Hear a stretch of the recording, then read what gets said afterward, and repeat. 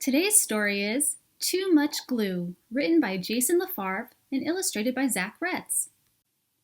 Our art teacher says, "Too much glue never dries." She reminds us, glue raindrops, not puddles.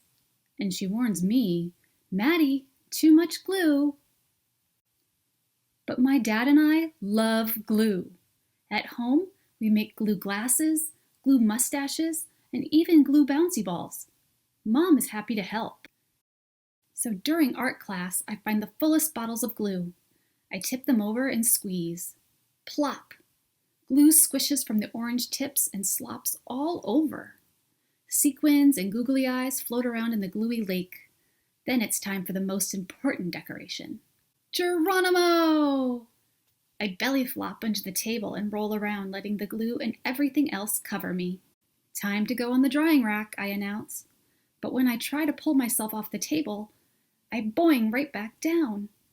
"Too much glue, Matty. Too much glue," my teacher squawks. This is bad. There's only half an hour until the end of school, and all I can do is lift my head, wave my hands, and wiggle my feet. The rest of me is a plucky, stucky mess. "Can somebody help me?" I call.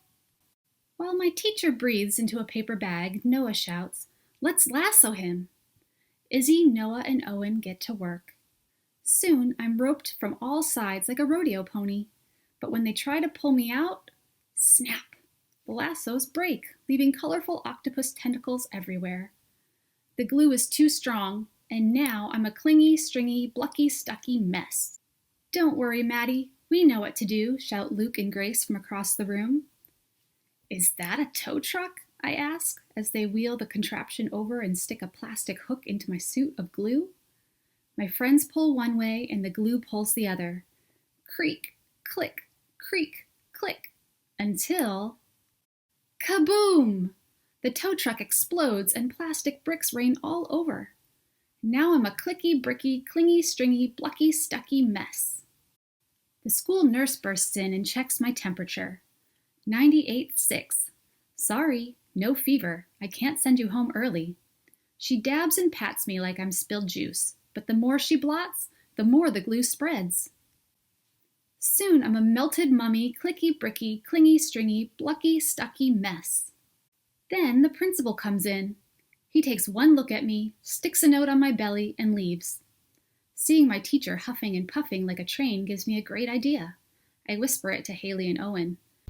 The final bell rings and everyone freezes, except Owen and Haley. "It's the biggest one we could make," they shout, furiously flapping a huge paper fan at me.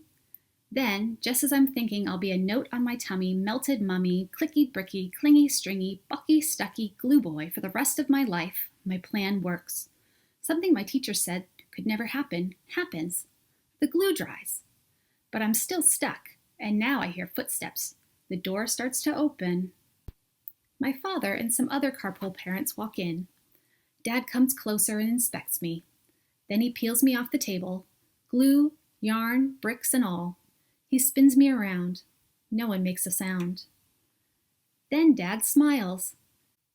"Matty, you're a masterpiece." He holds me up for everyone to admire. My friends all cheer. The car ride home is interesting.